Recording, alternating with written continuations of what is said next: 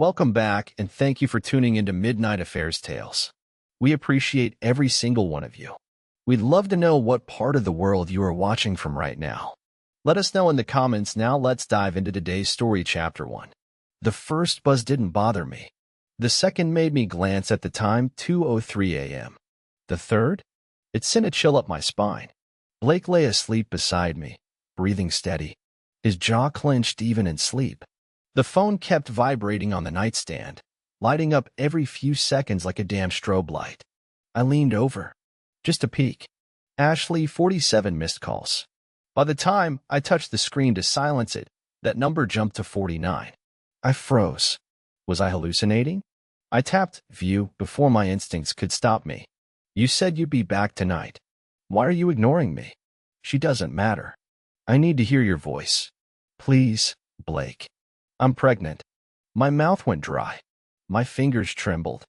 I looked at the sleeping man beside me, his hand resting on his chest, the gold wedding ring we'd exchanged 3 weeks ago catching the light. I didn't feel married. I felt ambushed. My brain screamed, wake him up, demand answers, but my body, it whispered, watch more. So I did. There were videos, voice notes, a time-stamped picture of a pregnancy test, a selfie of them kissing in the bathroom of our honeymoon suite in Hawaii. I gripped the phone so tight my knuckles turned white. His phone buzzed again. Missed call number 53. I nearly laughed. Not because it was funny, but because it wasn't shocking. Not really. I'd known something was off since day one. I just didn't expect this. I slipped the phone back and stared at the ceiling, heart racing like a runaway train. Who the hell had I married? Before we move ahead, I just want to say, your support truly means everything. We're building something special here, and our next big goal is reaching 10,000 incredible subscribers. If you're feeling the emotions in these stories, imagine what's still to come. Subscribe now, be part of this amazing journey, and let's keep growing together. Your one click can make a real difference. Let's continue the story. 3 weeks earlier, I stood in a $12,000 Vera Wang dress, in front of 160 guests I barely knew, saying I do to a man I'd known for 22 days. Blake Harrison. Polished, polite, pristine. The kind of man you'd find on the cover of a real estate brochure, not in a therapist's office. My parents called him a perfect match and waved away my hesitation like it was dust on crystal. Trust us, Madison, my mother had whispered behind her fake smile. He's what you need, not what you want. Translation. You're 27, single, and we're out of patience. Blake smiled at me during the vows. Not warmly, performatively. Like he was nailing a role in a high-budget movie. When I said, I do, something inside me shriveled. Not because I hated him, but because I didn't know him. Not his favorite movie, not how he looked when he cried, not whether he preferred pancakes or waffles. Just a name, a face. A contract signed between two wealthy families to preserve reputation, power, and inheritance. On our wedding night, he didn't touch me. He didn't even look at me. Just opened his laptop, muttered something about emails, and fell asleep by midnight. That was my honeymoon. I told myself it was nerves. I told myself we'd grow. But every time I tried to talk, he redirected the conversation. He was always busy, always tired, always elsewhere. I should have left the first night, but I didn't, because the shame of defying my parents felt heavier than the dread of staying. And that's how you end up married to a stranger, with cold sheets, colder glances, and a phone lighting up with messages from the woman he actually loves. Everyone thought I was glowing. That day, in the chapel lined with white roses and strings of pearls, I smiled like I believed in forever. But inside, my chest felt like a locked box, one I didn't have the key to. Blake read his vows like a man reading stock updates. I promise to respect you, protect you, and grow with you. His voice was steady, his eyes empty, and when he slid the ring on my finger, it felt more like a restraint than a promise. Mine were worse. Written by my mother, memorized under pressure, delivered with a voice that wasn't mine, to honor and cherish through all trials and triumphs. What triumph? We'd barely had a conversation deeper than, what color napkins should we choose for the reception? As we walked down the aisle to applause and clinking champagne glasses, I remember thinking, this isn't marriage. This is a staged merger. In the car after the ceremony, Blake loosened his tie and looked out the window. I turned to say something, anything, but he beat me to it. So we did it. I waited for more. A smile. A joke. A spark. Nothing. Just, we did it. That night, he slept on the couch. Said he had a migraine. I lay in bed, staring at the shadows on the ceiling, wondering how love stories ended up like this. I didn't know that wasn't the end. It was the prologue to the worst chapter of my life. The ocean view from the balcony was stunning. Cerulean waves crashing beneath a burning Hawaiian sunset. Too bad I was sitting alone with a glass of untouched champagne. Blake hadn't spoken to me in over an hour. He was on the bed, typing furiously on his MacBook, Bluetooth in one ear, muttering words like leverage and board seats, like we weren't 2 days into our honeymoon. I'd spent 3 months watching wedding planners coordinate flowers, menus, flight schedules. 3 months ignoring the ache in my chest that whispered you don't love him, and he doesn't love you either. Now, on the first night of forever, I sat in silence.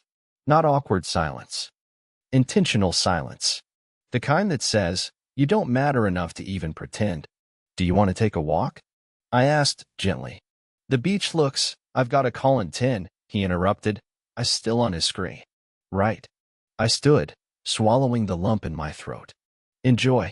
I walked barefoot on the beach alone that night, the wind teasing my veil like it didn't belong on me, like it wanted to rip it away. I called my best friend Serena from a lifeguard tower. She answered on the 3rd ring. Tell me you're sipping a margarita with your husband, she teased. I hesitated. Madison? Her voice turned serious. What's going on? I think I just married someone who's in love with his career, or maybe someone else. I meant it as a joke, but it didn't feel funny. Not even a little. It was the smallest thing. He was ordering dinner online. I stood behind him, asking what he wanted on his poke bowl. He typed in his password, not realizing I was watching. Be it by Ash 94. A gut punch wrapped in 8 characters. I didn't react, just blinked and said, extra avocado, like my world hadn't just cracked open. The name stayed with me for days. I tried to rationalize it. Ashley could be a cousin, a pet, a nickname for a dead sister. I knew better. One night, while he showered, I used it. It opened his laptop. No warnings. No firewalls. Just access. His email had a folder marked BA. Inside, flight itineraries. Hotel confirmations. A scanned sonogram dated 2 weeks ago. An Airbnb reservation under the name Daniel Cross. He was cheating. But worse, he'd built a whole life around it. A second identity. A future that didn't include me. I clicked a voice note. Her voice was soft, breathy. I can't wait till this is over. Every night, I imagine waking up with you. No more secrets. Just us and the baby. I shut the laptop, trembling. Then I sat down. And I cried. Not because I was heartbroken. Not yet. That would come later. I cried because I realized I'd been deliberately chosen for this marriage, not as a partner, but as a cover. I was the camouflage. The contract bride. And I'd walked right into it, wearing Vera Wang. I watched him sleep that night, shirtless, beautiful, deceitful. His chest rose and fell like nothing was wrong.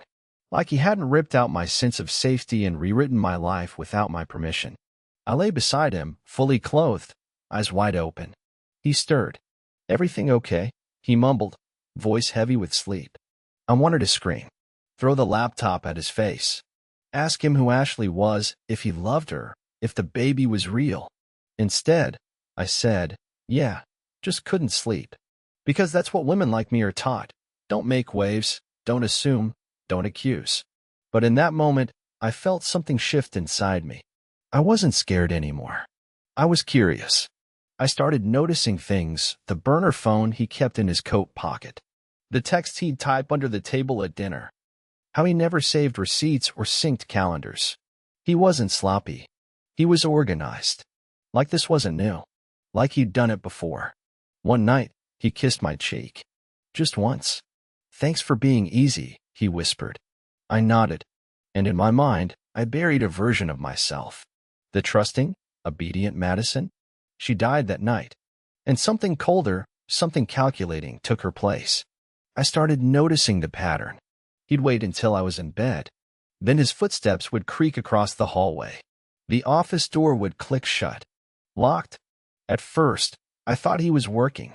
Maybe stressed. Maybe still adjusting to this arrangement. Then came the whispers.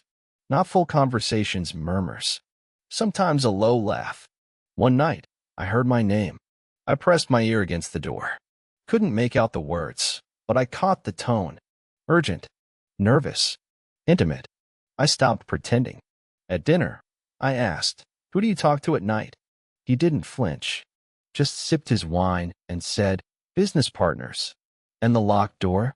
He smiled like I was cute. Privacy. That night, I tested it. Waited until he stepped into the office. Counted to 20. Then I crept downstairs and picked up the landline. He was on the call. "She's still clueless," he whispered. "Yeah, the papers will be signed before the deadline. Trust me. No hiccups." A pause. Then, "I want you. Only you." I hung up. My hands were ice. This wasn't just infidelity. This was orchestration. A plan.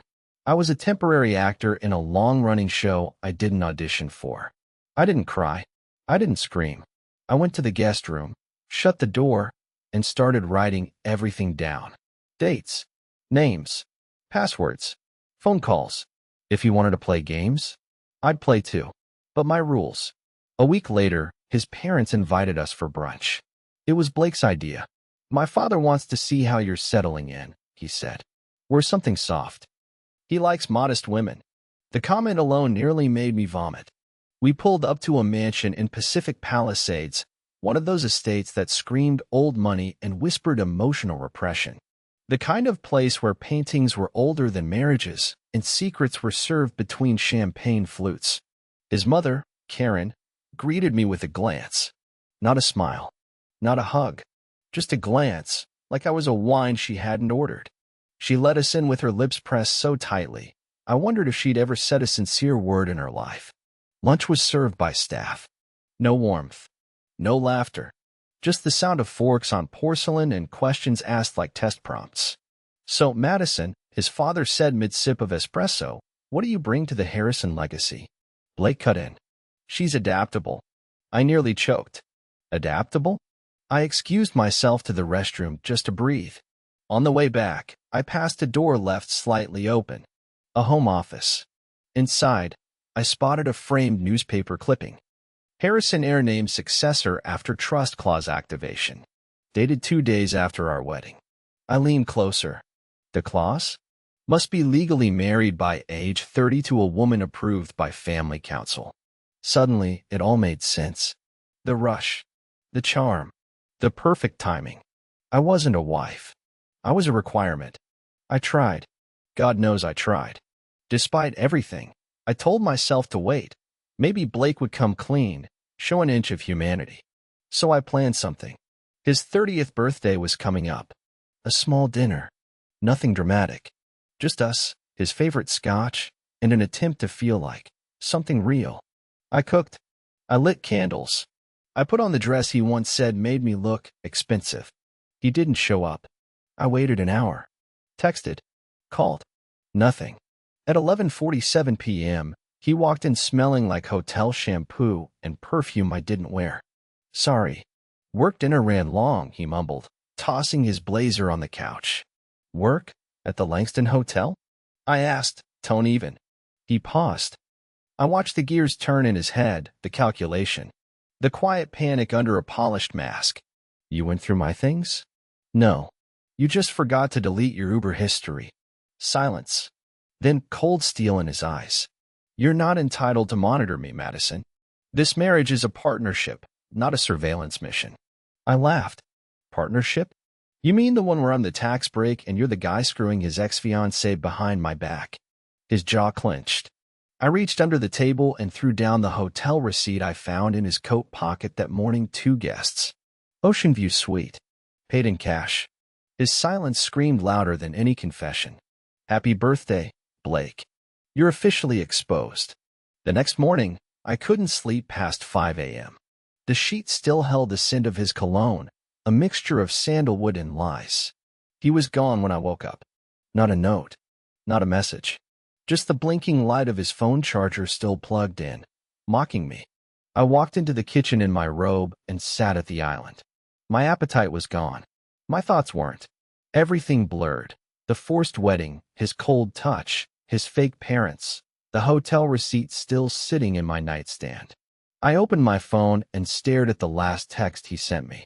Let's not make this more dramatic than it needs to be. I could have screamed, but instead, I scrolled back. There, hidden between dinner reservations and work calendar reminders, was a deleted message thread from someone named simply A.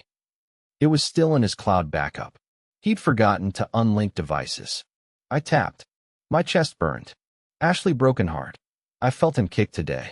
I wish it was your hand instead of mine. She'll be gone soon, right? You promised. Don't leave me out here like some secret. I'm tired, Blake. I couldn't breathe. This wasn't just cheating. It was betrayal in its rawest form, weaponized love. She wasn't a fling. She was the plan. I was the lie. Every word I read carved deeper into me, like paper cuts you don't feel until you start to bleed. I saved the screenshots. All of them. Uploaded to my cloud, external drive, encrypted folder.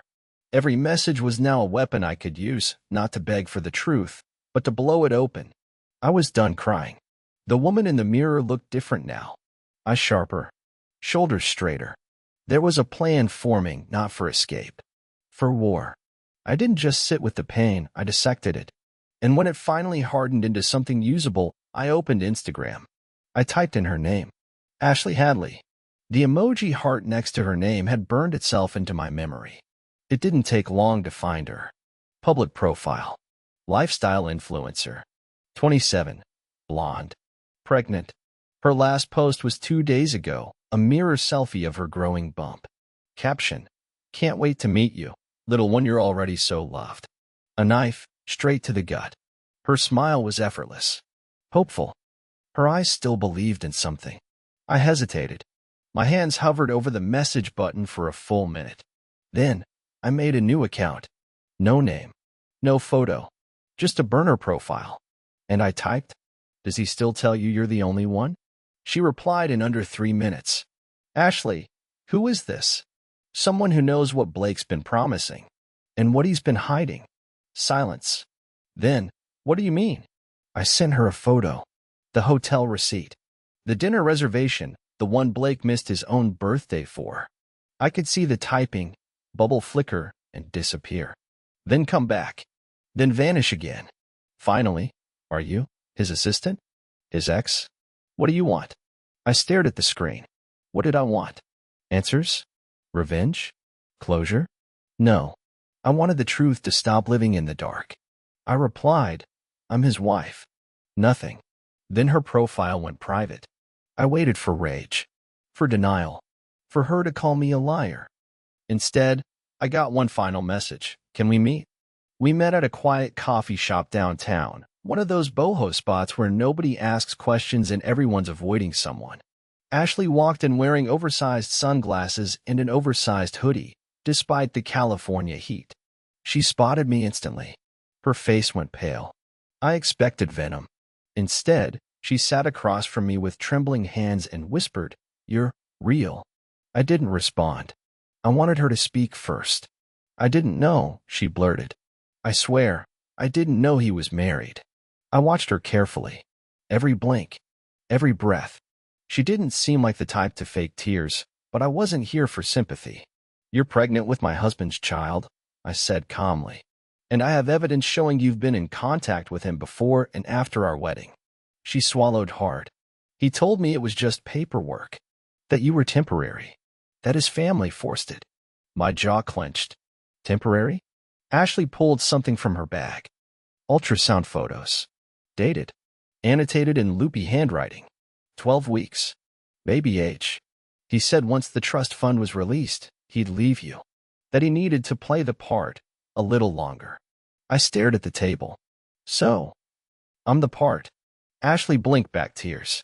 He told me we were building a life, that this baby was wanted, that we'd start fresh.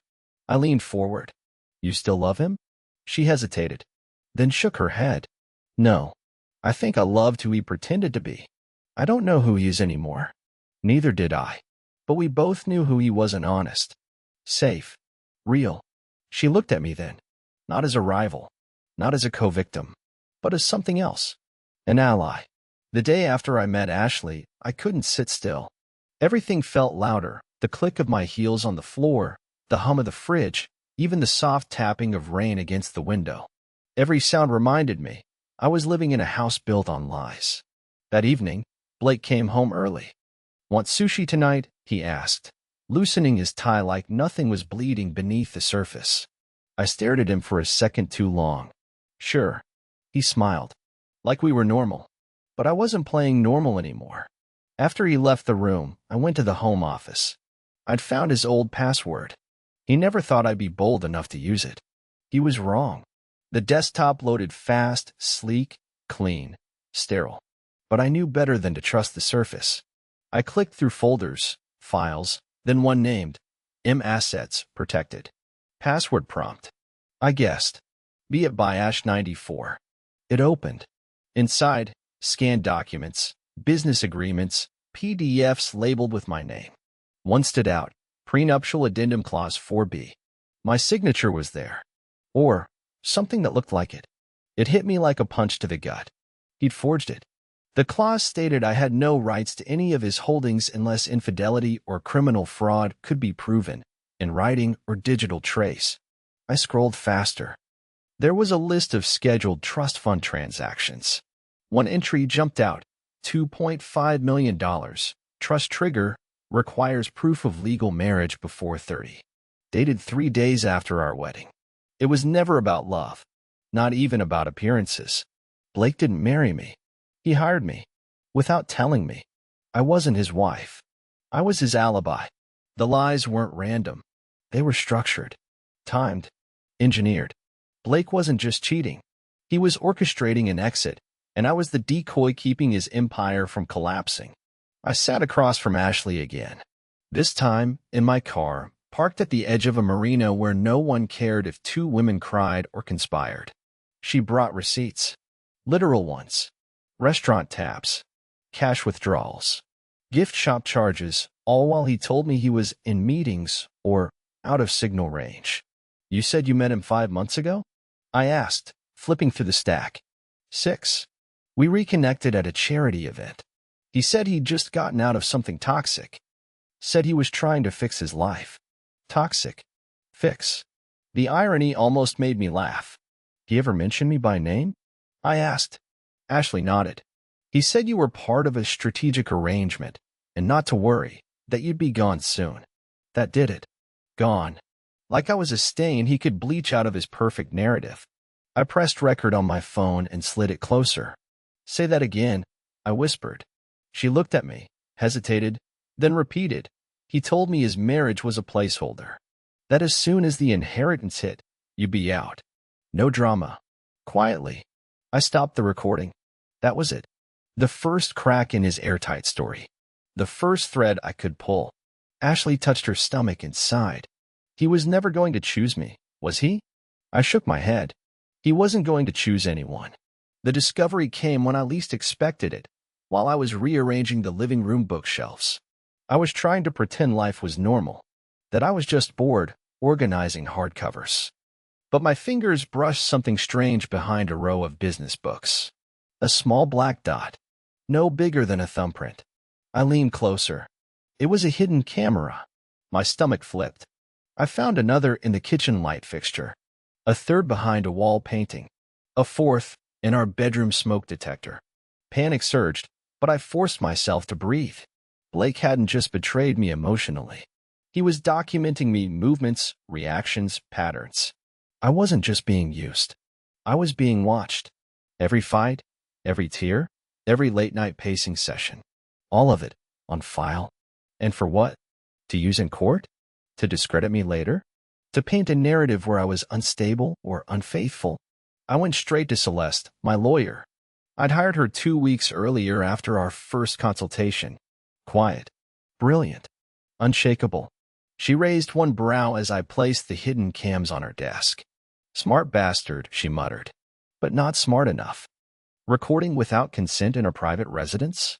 Illegal in California. She tapped her pen against her teeth. Let's turn the cameras on him instead. What do you mean? Celeste smiled coldly. You're going to give him exactly what he wants. The perfect wife. The doting, forgiving, clueless spouse, while we gather every piece of evidence to dismantle him brick by brick. I nodded slowly. The war had begun, and I was done blinking first. The first transaction didn't look like much. $1,230. Labeled consulting. But the account it came from? I'd never seen it before. Celeste and I were reviewing Blake's financials, quietly subpoenaed behind his back. She scrolled through the spreadsheet with calm detachment, while I fought back the bile rising in my throat. There, I said, pointing. That one. What's that account? She double-clicked. Routing to a Cayman-based holding. In my name. I didn't open this, I whispered. Celeste narrowed her eyes. No. But he did with forged ID. He's been funneling portions of his business earnings offshore. And if it ever gets audited, it's on you. My head spun. I wasn't just his alibi. I was his scapegoat. The money trail was methodical. Clean. Tucked into donation receipts, shell company transfers, false employee salaries. He wasn't cheating like a man. He was laundering like a criminal. And if anything went wrong, if a whistleblower came forward, if the IRS started sniffing, Blake could walk away untouched. I'd be the one left holding the bag. Celeste looked at me, face grave. You're not just in a bad marriage. You're in the middle of white-collar crime. He's staging this so that when he walks out, you go down. The room tilted. But I didn't fall. Because rage, when focused, becomes armor. I swallowed hard. Then we burned the whole thing to the ground. She smiled. We already started. The list kept growing. The apartment? Leased under my name. The Range Rover? Financed with my SSN. Even the boutique business he started for fun? Legally listed as my LLC. I sat at the dining table, a stack of documents in front of me. Everything that looked like love on paper and felt like prison in reality. Everywhere I turned, Blake had locked me in. Financial chains disguised as gifts. Your building credit, he'd said one night with a smile, handing me keys to the new car. This is your life too, Madison. No, this was my trap. I called Serena that afternoon. I needed a voice that reminded me who I was before all this. She listened as I laid it all out. The fake account, the forged prenup, the cameras, Ashley. Her response wasn't shocked. It was furious. I knew it, she hissed. The way he looked at you at the wedding, like you were a pawn, not a partner. I exhaled. Hard. I need to disappear, I said. But not quietly. Serena paused. Then don't. Make it hurt. That night, I lit candles. Wore the robe Blake once said made me look expensive. I cooked his favorite dinner, lamb chops and garlic risotto. He walked in like nothing was wrong. Kissed my cheek. Took his seat. You look different tonight, he said, suspicious. I smiled. I'm just getting used to being your wife. I poured him wine. He didn't notice I hadn't poured mine.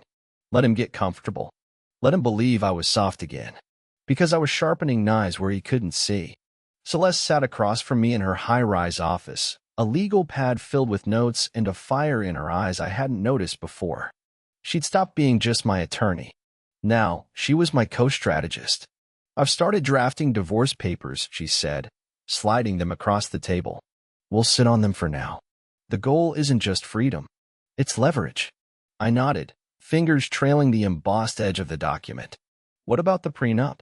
I asked. She smirked. Forged. Filed under the wrong witness protocol. It won't hold. A sliver of hope cracked through my armor. But I wasn't naive. Not anymore. And the hidden recordings? Enough to charge him with felony surveillance. If we want to go nuclear, we can. But we wait. Wait for what? Celeste leaned in. His pride. She outlined the plan. Let him grow cocky. Let him believe the storm passed. In the meantime, we gather everything: bank trails, messages, digital recordings, and most importantly, a motive. Men like Blake don't collapse with confrontation, she said. They implode when they think they've already won. I sat back, absorbing every word. Then she asked something unexpected. Do you want revenge, Madison? I didn't blink. I want the truth exposed. I want him stripped of the control he used like a weapon. And then, I want silence. His. Mine. Everyone's. Celeste smiled. Then we'll give him a stage. And we'll watch him set himself on fire. The morning after Celeste gave me the game plan, I woke up before the alarm and brewed coffee like nothing was wrong. French press. 2 sugars, 1 splash of cream, just the way Blake liked it. I served it to him with a smile. He looked up from his phone, surprised. Wow, look at you. I laughed lightly, brushing my hair behind my ear. Figured I'd try harder. He kissed my cheek. It took everything in me not to flinch. That entire day, I played the part. I complimented his tie, laughed at his dumb stories, even texted him midday. Miss you. Let's cook dinner together tonight. He responded instantly, you okay? He didn't believe it. Good. Because the more doubt he had about my intentions, the less he'd suspect the truth, that I was baiting him into comfort. And comfort breeds arrogance. At dinner, I let him talk about work, nodded at his fake business drama, laughed when he made a lame joke about his assistant. I even poured him a second glass of wine and leaned my head on his shoulder. He ate it up. He thought I was softening. He thought the fight was gone. But under the table, my phone recorded everything. His tone, his phrases, the exact way he framed our marriage like a formality. You know, he said, swirling his wine, we're finally in a groove. I think we'll be good for a while. I smiled. Yeah, I think so too. Then excused myself to the bathroom and threw up everything I'd just eaten.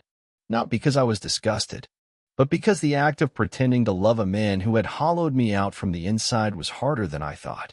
I invited her over. Ashley, the other woman, the original woman, the woman with the baby. It wasn't revenge. It was necessity. We needed to stop being 2 broken halves of Blake's lie and start being a threat. She arrived in a black hoodie and leggings, eyes darting nervously around the street like she thought Blake might appear from the bushes. Come in, I said. Calm. Controlled. My voice didn't match the adrenaline screaming in my chest. She stepped inside, holding her belly as if protecting it from the ghosts in the walls. This is weird, she murmured, glancing around the condo. I used to think about living here. I raised an eyebrow.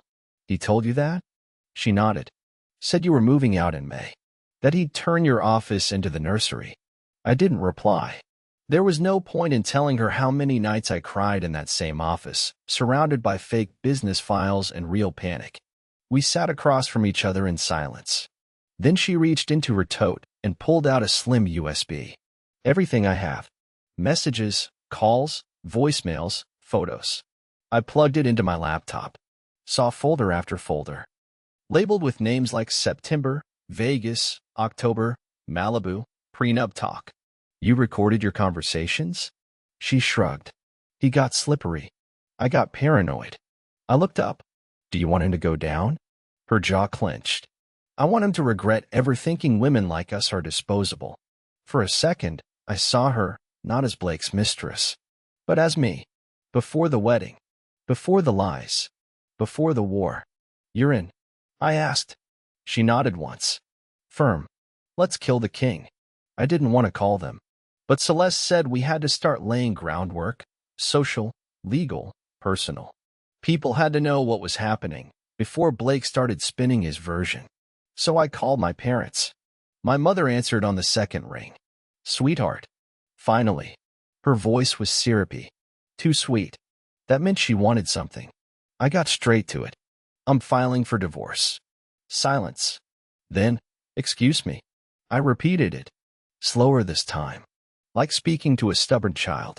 I'm filing. I've hired a lawyer. This marriage isn't what you think.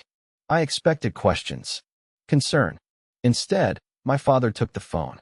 Madison, he said, sharp and clipped. We didn't raise you to be impulsive. I laughed. You also didn't raise me to be a puppet. You're being dramatic. No, I snapped. I'm being honest. I told them everything. Well, not everything. Not the offshore accounts or the surveillance or the pregnancy. Just enough. The cheating, the deception, the manipulation. My mother sighed deeply, the way she always did when I didn't follow the script. You know men have affairs. You don't walk away from a family over this. We don't have a family, I shot back. We have paperwork and performance. And I'm done performing. You'll embarrass us. That one landed. I smiled bitterly. Good. Maybe shame will wake you up. They tried one last time. Guilt, fear, tradition. But nothing landed. Because for the first time in my life, I wasn't afraid of disappointing them. I was afraid of disappearing into someone else's narrative. When I hung up, I felt it, a door inside me closing. And I didn't plan to open it again. The invitation came through a forwarded text. Ashley's sister had set it up, a pastel-themed backyard baby shower. Soft blues, pale pinks, lemon cupcakes, white balloons. It looked like every other Instagram perfect moment. Except none of them knew the father was a married man. Ashley asked me to come. I need you there, she said. Not as a guest. As my insurance. I hesitated. You sure? She looked at me with tired, fire-lit eyes. He doesn't get to keep us in the shadows anymore. So I went. Dressed low-key. Hair tied up. Oversized sunglasses. No jewelry. No makeup. Just presence. Ashley greeted me with a hug so tight I forgot we used to be enemies. Introductions were casual. This is Madison, a friend from work, but the tension buzzed under every smile. Then I saw it. Tucked behind the gift table, hidden beneath a folded note, a card signed by Blake. To my future. To our real family. The signature? Blake's real initials. BH. Dated 2 days after our anniversary dinner. I snapped a photo. Sent it to Celeste. She replied in seconds. Keep it. This is gold. I kept it. Halfway through the shower, one of Ashley's aunts asked her, will the father be joining us? Ashley hesitated. And then, in front of everyone, she placed her hand on her belly and said, he's too busy lying to his wife. A few awkward laughs. Nervous glances. One woman's champagne flute tilted midair. Ashley smiled. Don't worry. The truth's coming soon. And in that moment, I saw her clearly. Not as the other woman, but as a mirror. We'd both been used. And now, we were both done staying quiet. Celeste and I worked through the night. Screens open. Coffee cold. Legal pads covered in arrows, timelines, keywords, and one big red phrase circled over and over. Trap Day, Blake's 30th birthday gala. It was the perfect opportunity. He'd already sent out invites. A rooftop event in downtown LA. The guest list? Investors, board members, family, press, and a few hand-picked influencers. The same crowd that bought his clean-cut image. Celeste paced, tossing ideas like grenades. We dropped the recordings before dessert, she said. Use Bluetooth speakers. You give a toast, then cue the audio. I frowned. Too soon. We need them relaxed. Let him win first. She stopped. Smiled. Right. He crumbles best when he thinks he's untouchable. We plotted everything, the flow of the event, who would be sitting where, what camera angles would catch the best reactions, how to sync devices. Ashley would be there. So would Blake's father, invited under the pretense of a reconciliation. The moment had to be layered, not loud, but undeniable. What if he runs? I asked. Celeste didn't flinch. He won't. Narcissists don't run. They posture. I stared at the whiteboard filled with dates, images, documents, and names. One final move. One clean collapse. I thought I'd feel scared. Instead, I felt surgical. This wasn't revenge. It was removal. Like cutting out a tumor before it spread any further. I found it tucked between 2 old journals in Blake's filing cabinet, labeled as property lease agreement. But the paper inside wasn't a lease.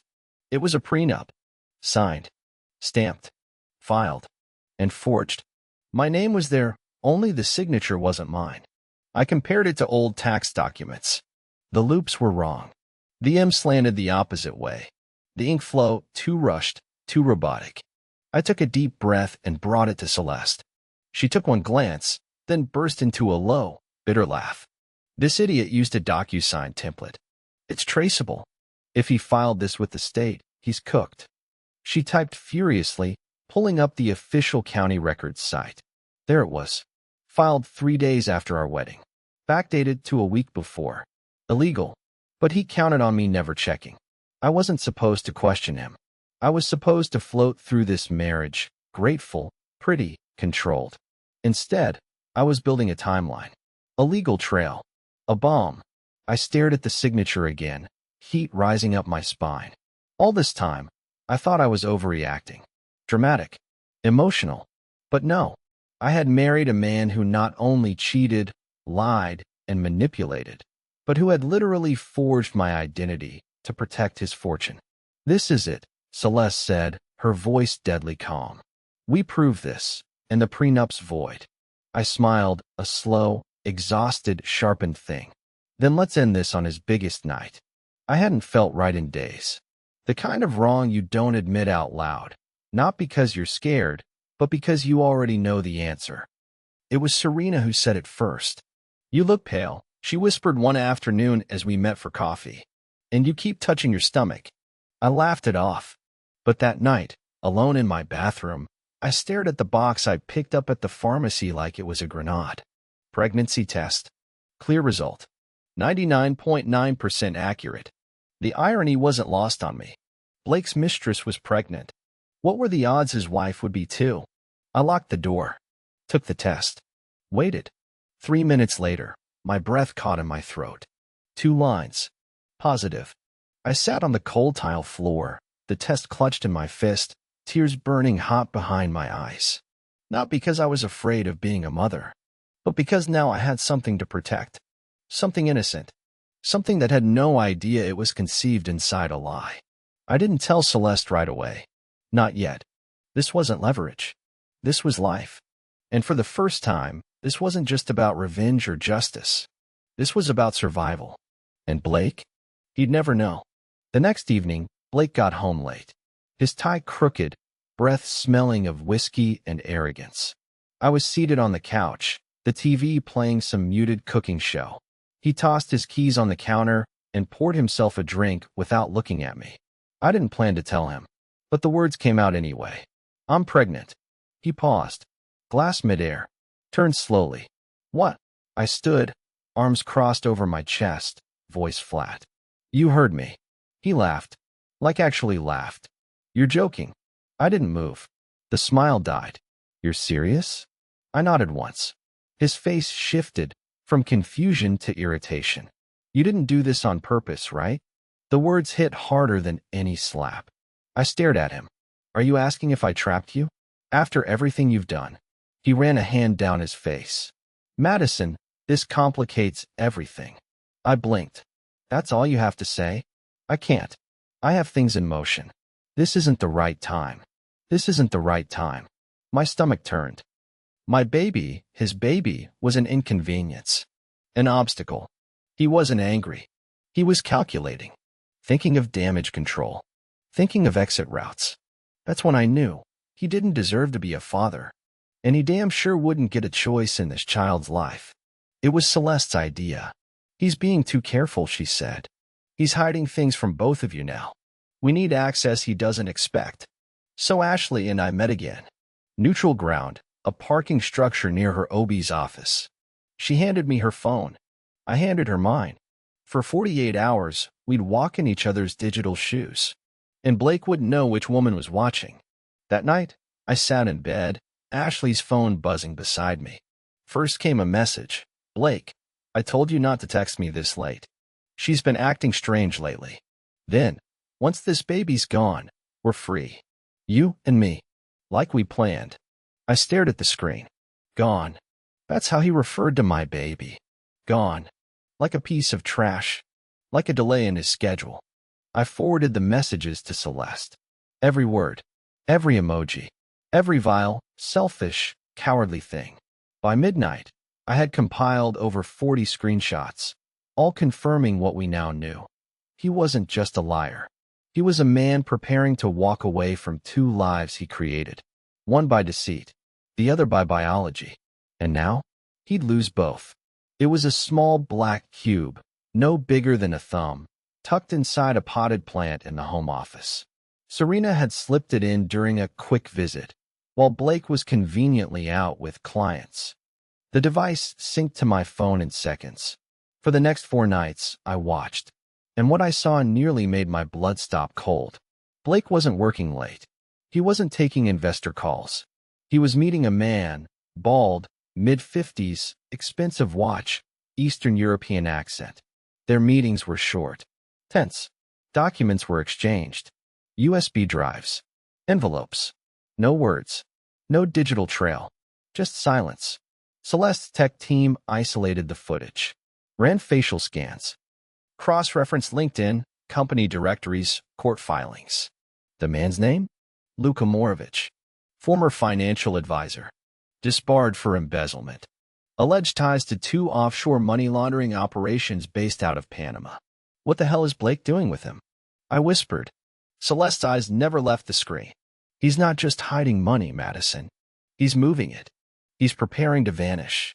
I stared at the paused frame of my husband, shaking hands with a criminal. So he plans to leave us all behind. Celeste nodded. Unless we catch him first. It came through a folder labeled Internal Memos, July. Blake must have been sloppy or arrogant enough to store it on a shared Google Drive, never thinking I'd have access. Celeste's paralegal forwarded it with one subject line. Got him. The memo was a proposal. Blake's signature on a financial maneuver transferring client funds from one of his father's subsidiary accounts into a shell company owned by me. A company I'd never heard of. Registered in Nevada. Dummy address. Dummy board. But my name was on every form. Celeste slammed the file down on the table between us. This is criminal fraud. He forged your approval and used your name to shield himself. If this breaks before we move, you'll be the one they indict. I didn't speak. My brain was trying to catch up. He had planned everything. The fake prenup. The offshore accounts. The paper trail using my ID. He wasn't planning to destroy me emotionally. He was going to bury me legally. Celeste leaned forward, voice cold. But now, we flip the script. We go to his father. Quietly. If we get him on our side, Blake has no shield left. I looked at her. You think his dad will listen? She nodded. If you bring him something he fears more than scandal, exposure. It happened at 7:46 a.m. I was brushing my teeth when I heard the knock. Not a neighborly knock. A deliberate knock. 3 firm raps. I opened the door to 2 federal agents. Badges. Suits. Stern faces. Mrs. Madison Harrison? One asked. My throat tightened. Yes. We're conducting a preliminary inquiry related to suspicious financial activity linked to Harrison and Wells Investments. I froze. What kind of activity? We flagged over $1.3 million routed through an entity under your name, M&H Logistics. We'd like to ask you a few questions. My heart slammed in my chest. I forced a breath. Do I need a lawyer? They exchanged a glance. That's up to you. They were careful. Respectful. But it was clear, if I said the wrong thing, they had reason to detain me. I called Celeste immediately after they left. She was calm. Too calm. I was afraid of this, she said. He's speeding up. Someone tipped him off that we're closing in. So what now? Now, she said, we bring in the one person who can end this with a signature. His father. No, she said. The board. I paused. Wait, we're going public? Celeste's voice was razor sharp. Madison, this isn't about exposing an affair anymore. This is about taking down a man who weaponized love, law, and trust like tools of war. And you're going to beat him at his own game. Ashley showed up on my doorstep at 10:12 p.m., hair tied in a knot, wearing the same hoodie from the night we swapped phones. She looked different this time, no makeup, no doubt. I'm ready, she said. I stepped aside. Let her in. We sat on the couch while the baby kicked beneath her ribs. She held her stomach and stared at the floor for a long time. I got a call from him tonight, she whispered. I didn't interrupt. He told me he's liquidating everything. Said the timing's off and the plans changed. Asked me to leave the country with him. My eyebrows lifted. Where? Dubai. A business contact will set us up. I blinked. And what did you say? She looked up, eyes hard. I told him I'd think about it. Then I called Celeste. My heart slammed once, hard. Ashley pulled out a flash drive. He sent a voice note. I saved it. You need to hear it. She played it. Blake's voice came through, smooth, calculated. Madison's losing grip. Once I move the last batch, I'll disappear. You, me, the baby, clean slate. She'll be too busy defending herself in court to follow. I clenched my jaw. My stomach twisted. Ashley looked me dead in the eye. I'm not running. And I'm not protecting him anymore. I nodded. Slow. Steady. I need you there, I said. At the gala. Her voice didn't shake. I'll be front row. His father's office was a fortress, floor-to-ceiling glass, sleek furniture, and a coldness you could taste in the air. He greeted me with a handshake. No warmth. Just formality. Madison, you wanted to speak privately. I sat across from him and slid a folder onto his polished desk. Everything in there. Proof of Blake's affairs, his financial fraud, the forged prenup, surveillance devices, the dummy accounts. All under your company's umbrella. He didn't touch it. Just stared. Why come to me? He asked. Because you're the only one who can stop this from exploding across the media. His face stayed unreadable. I'm not here for pity, I said, or to protect your son. I'm here because if this goes public, your company goes with him. That got his attention. He opened the folder, scanned the first few pages. His eyes narrowed. This is serious. No, this is treason. And you know it.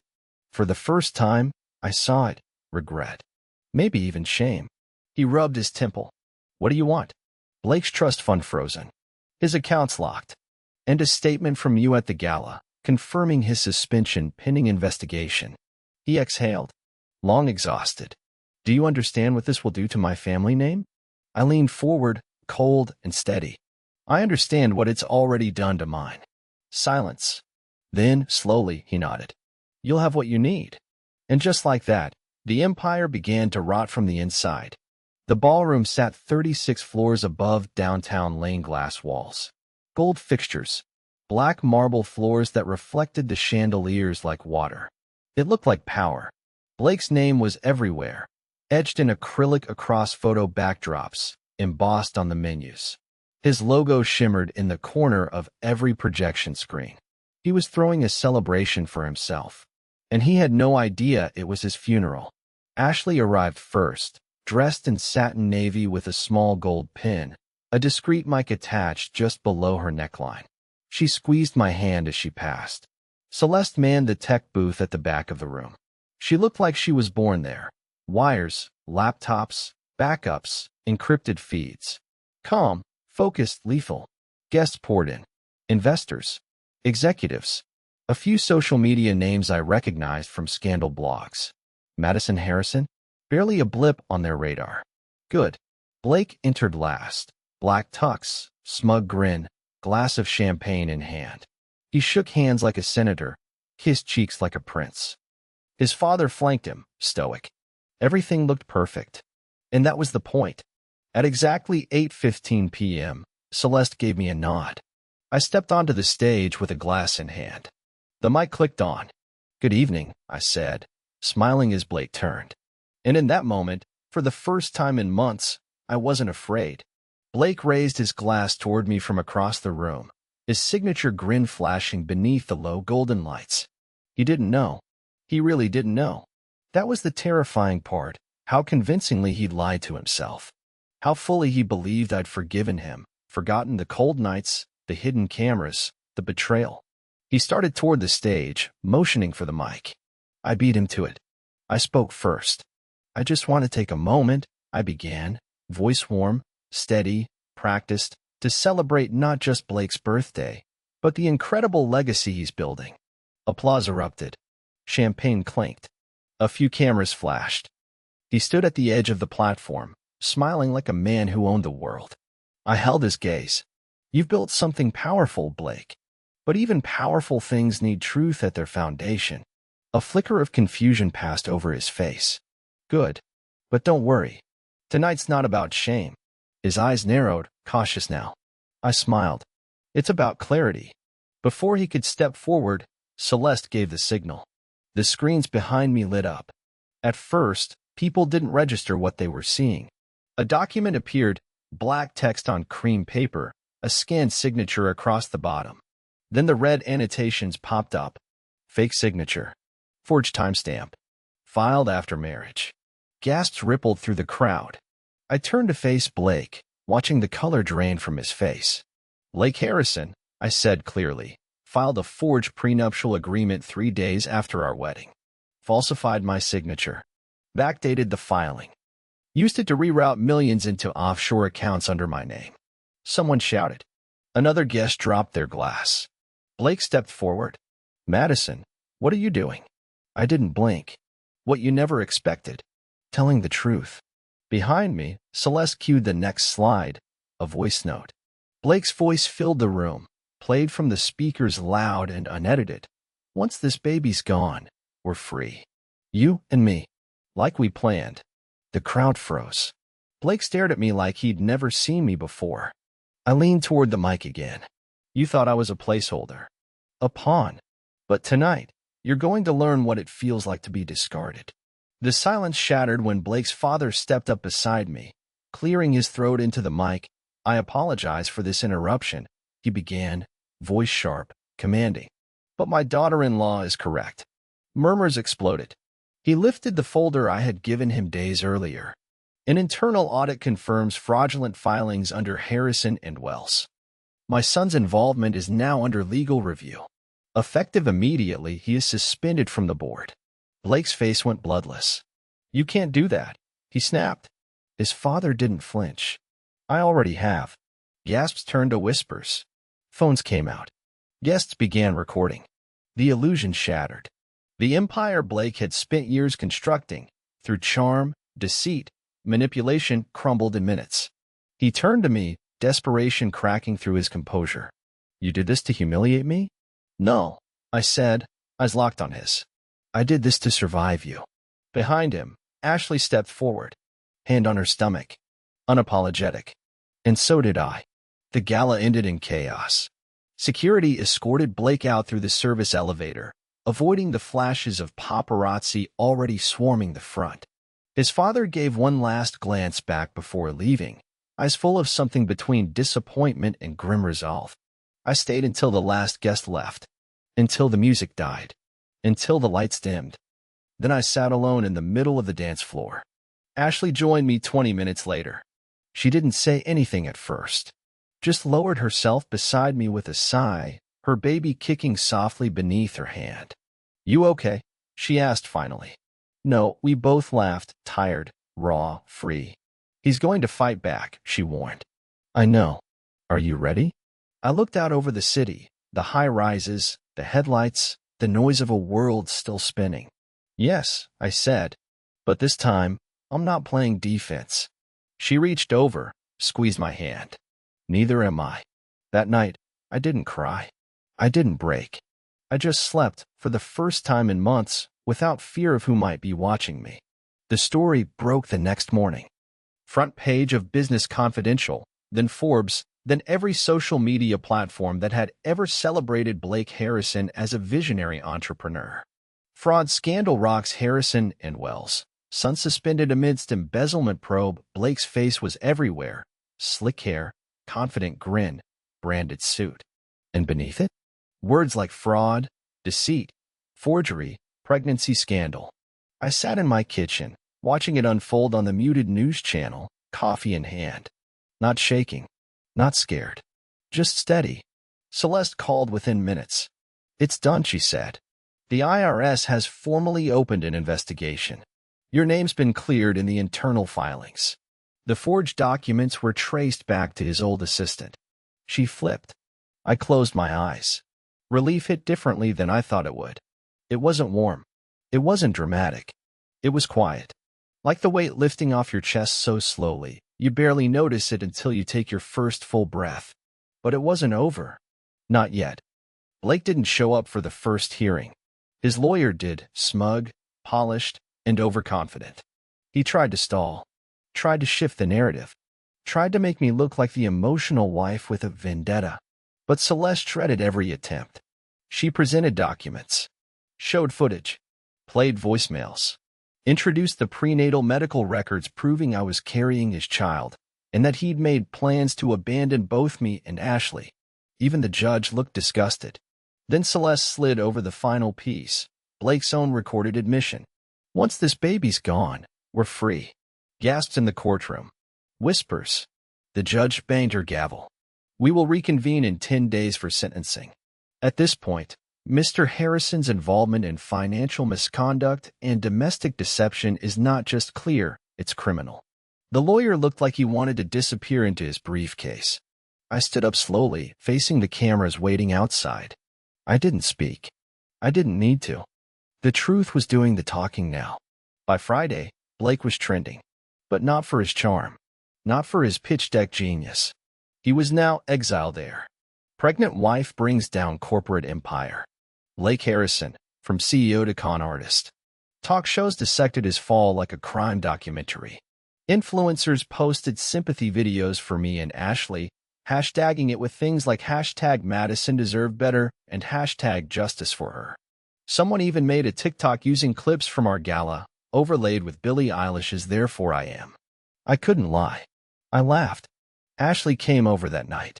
We ordered Thai food, sat barefoot in my living room, and read the comments aloud. One said, "Sis turned pain into prosecution. Give her the Emmy, the Oscar, and the equity." Ashley cracked up. "I'd watch the hell out of that movie." I smiled. "We're still in the final act." She leaned her head back against the couch. "Yeah, but at least we're not the plot twist anymore." He is. We clinked water glasses instead of wine. 2 women, 2 futures, and 1 man finally choking on the lies he built his empire on. The apartment was quiet when I packed. No more silk suits hanging in the closet. No expensive cologne haunting the hallway. Just boxes, labeled, sealed, stacked. I found the wedding photo tucked at the back of a drawer. The one where I was smiling too wide and Blake was already looking away. I stared at it for a long moment. Then I slipped it into the trash. Not out of spite, but because I didn't need proof of who I used to be. I loaded the last box into the SUV Serena lent me. She hugged me tight, eyes glassy. "You did it," she whispered. "No," I said. "I'm still doing it." She smiled through her tears. "Where are you going?" "Somewhere quieter." And I meant it. I had rented a small place 2 hours outside the city, modest, sunlit, safe. No glass elevators. No private chefs. Just peace. When I arrived, I opened every window. Let the breeze carry out the past. And for the first time, I placed my hand over my belly and whispered, "We're okay now." The sun filtered through gauzy curtains as Ashley stood in my new kitchen, barefoot, sipping ginger tea. We didn't talk for a while. Just existed. 2 women who had survived the same man. Her belly had dropped. She was due in less than 3 weeks. "I used to picture it differently," she said, staring out at the backyard. "The baby. The nursery. The name." I nodded. "Me too." She turned, eyes misty but clear. "But I don't regret it." That surprised me. "Not even a little?" I asked. She smiled. "It gave me truth. It gave me you. And it reminded me I can build something real, even after something fake." I felt that. Hard. We spent the day folding baby clothes, organizing diapers, assembling a bassinet in the living room. No luxury. No stylists. No stage photo ops. Just care. Just effort. Just heart. When we were done, she stood back and said, "They're going to grow up knowing the truth, you know." I nodded. "And they'll never have to wonder who protected them." We weren't just survivors anymore. We were builders. The courtroom buzzed with cameras outside and silence inside. Blake showed up this time. Unshaven. Pale. No tailored suit. No smug grin. Just a man unraveling in front of his past. I didn't look at him. Celeste stood tall beside me as the judge read the verdict. Due to forged documentation, breach of trust, and deliberate manipulation of marital financial agreements, the prenuptial contract is declared null and void. A wave of air left the room. The judge continued. Madison Harrison is entitled to the full 50% spousal claim, as well as exclusive rights to all properties registered in her name, per existing fraud documentation submitted by counsel. Blake muttered something under his breath. The judge shut him down cold. Mr. Harrison, you will maintain silence unless spoken to directly. He looked at me for the first time. I didn't flinch. He wasn't scary anymore. He was small. After the ruling, Celeste leaned over and whispered, "It's over." But I shook my head slightly. Not yet. Because there was still one piece left. It came in an envelope. No return address. No stamp. Just left at my doorstep, tucked behind a flower pot like a dirty secret. I knew his handwriting immediately. Inside, one page. No greeting. No apology. Just lines written with the weight of a man who thought he'd never lose. I never loved you, but I didn't hate you either. You were convenient. You made it easy. I didn't think you had it in you. I guess that's on me. I read the last line 3 times. You won, but I'll rebuild. And when I do, don't think for a second I'll forget what you took from me. I folded the letter slowly, walked to the fireplace, lit a match, and watched the words burn. Ashley stood behind me, arms crossed. What did he say? She asked. I didn't turn. Exactly what cowards say when they run out of control. The ash curled and dropped like it had never mattered at all. 6 weeks later, I stood in front of a small crowd, microphone in hand, at the ribbon cutting of my new firm, Reclaim, a boutique marketing agency specializing in rebranding women who had survived public betrayal, legal abuse, and personal collapse. The mission was simple: help them tell their side and own it. Ashley was there, holding her baby, a girl with soft brown eyes and a future free of lies. Serena gave the opening speech. When life tried to write her story for her, Madison grabbed the pen and redefined the narrative. I blinked fast to keep the tears down. When I finally spoke, I said this. I thought this chapter would end with revenge, but it didn't. It ended with rebirth. And for the record, I didn't just survive him. I outgrew him. The applause was quiet, respectful, real, exactly the way I wanted it. The labor was short, but intense. I remember gripping the side rail of the hospital bed, drenched in sweat, my voice hoarse from breathing through the pain. Serena stood beside me, eyes wide, whispering affirmations even though we both knew nothing could prepare you for this moment. When he finally cried, sharp and defiant, the room went still. The nurse placed him on my chest. He was small, warm, and angry at the world. Just like me. I sobbed without sound, running my fingers over his back, counting fingers and toes, whispering over and over, "You're safe now. You're safe. You're mine." I named him Leo, after strength. Not loud strength. Not aggressive. But the kind that rebuilds. The kind that rises when no one's watching. Blake was not listed on the birth certificate. He never would be. That space would remain blank, like his integrity. Serena handed me a tiny hat. "Welcome to your next chapter." I held Leo closer, kissed his forehead, and whispered the first promise I'd ever made as a mother. "I'll never let anyone use your name the way he used mine." And I meant it. A month later, Ashley and I stood on a cliffside trail in Big Sur, watching the sky bleed pink and orange into the Pacific. Our babies cooed in strollers beside us. 2 lives born from chaos, breathing calmly now, unaware of how hard we'd fought for this moment. "I think about what he stole from us," she said. I didn't answer right away. The wind carried the memory out to sea. "Let him keep it," I said softly. "He needs the illusion. We don't." She smiled. "You think he'll come back?" I looked out over the edge of the world. No. Men like Blake don't return. They circle. They haunt. But they never face what they broke. "And us?" she asked. I turned to her, calm, steady. "We're what they never expected." We walked in silence as the sun dipped lower. Not friends. Not sisters. Survivors. And now? Mothers. Months passed. Blake tried God, he tried. He gave interviews from overseas. Claimed he was framed. Called me a manipulator. Said Ashley's baby wasn't his. But people didn't buy it. Because once someone sees behind the curtain, they don't go back to the magic. Clips from the gala resurfaced every time his name trended. Podcasts broke down the scandal like it was a political case study. My story, once a whispered "poor thing" tale, had become a warning. A movement. Reclaim's client list tripled. Survivors reached out from every corner of the country. Women with forged prenups. Emotional hostages. Legal traps. Celeste and I added legal support to our services.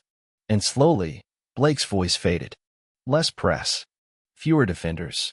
Eventually, even his own father stopped returning his calls, confirmed quietly by a source who'd once sworn loyalty to the Harrisons. I didn't feel victorious. I felt finished. And in this story, that was the greatest power of all. I ran into Blake one last time. Not in court. Not on a screen. Not in some explosive confrontation. It was at a coffee shop in San Diego, just past noon on a Sunday. I was picking up a chai for myself and a warm bottle for Leo. I turned, and there he was. No bodyguards. No cameras. Just Blake. Thinner, grayer, hollow-eyed. A ghost of his former self. For a moment, neither of us said a word. He looked at Leo, then at me. "You look, well," he said, voice flat. I nodded. "I am." He took a breath. "I lost everything, you know." "I know." He looked like he wanted to blame me, like the words were building in his throat. But when he opened his mouth, nothing came out. Because deep down, he knew. I wasn't his downfall. He was. I adjusted Leo's blanket, ready to walk away, when he asked quietly, "Does he know?" I paused. He'll know that he was born out of strength. Out of survival. Not out of fear. Blake blinked slowly, his expression unreadable. And then, I left. No big words. No drama. Just a mother walking away with her child, and all the power that came with choosing peace over poison. That was the last time I saw him. Spring came softly. Warm wind. Wildflowers. Quiet mornings filled with coos and lullabies. Leo took his first steps near the old sycamore tree in the backyard, wobbling, laughing, eyes wide with the kind of wonder that only children carry. I sat on the porch, coffee in hand, watching him explore. He didn't know the world I pulled him out of, and he never would. Ashley joined us later that afternoon, her daughter toddling just behind. We laid out a blanket, shared apple slices, and whispered memories we no longer feared. We talked about the past, but not in pain. In power. In ownership. "I used to think love was about being chosen," I said. "Now I know. It's about choosing yourself every time someone else forgets to." Ashley smiled, brushing hair from her daughter's eyes. "He tried to erase us. And instead," I whispered, "we became impossible to ignore." We sat there in the fading sun, two women who refused to be discarded. Not perfect, not unscarred, but whole. Let me ask you something. Have you ever given everything to someone who treated you like you were nothing? And when that truth shattered you, did you rebuild or did you rise? Tell me in the comments where you're watching from, because I know there are more of you out there who felt this. You are not alone. And if this story hit your heart, if you felt even a flicker of Madison's fire or Leo's future, like this video, share it with someone who needs their reminder, and subscribe, not just for the stories, but for the strength, the survival, and the spine to say, "I write my own ending now." I'll see you in the next one. Until then, stay sharp, stay whole. I'm waiting in the comments. The end.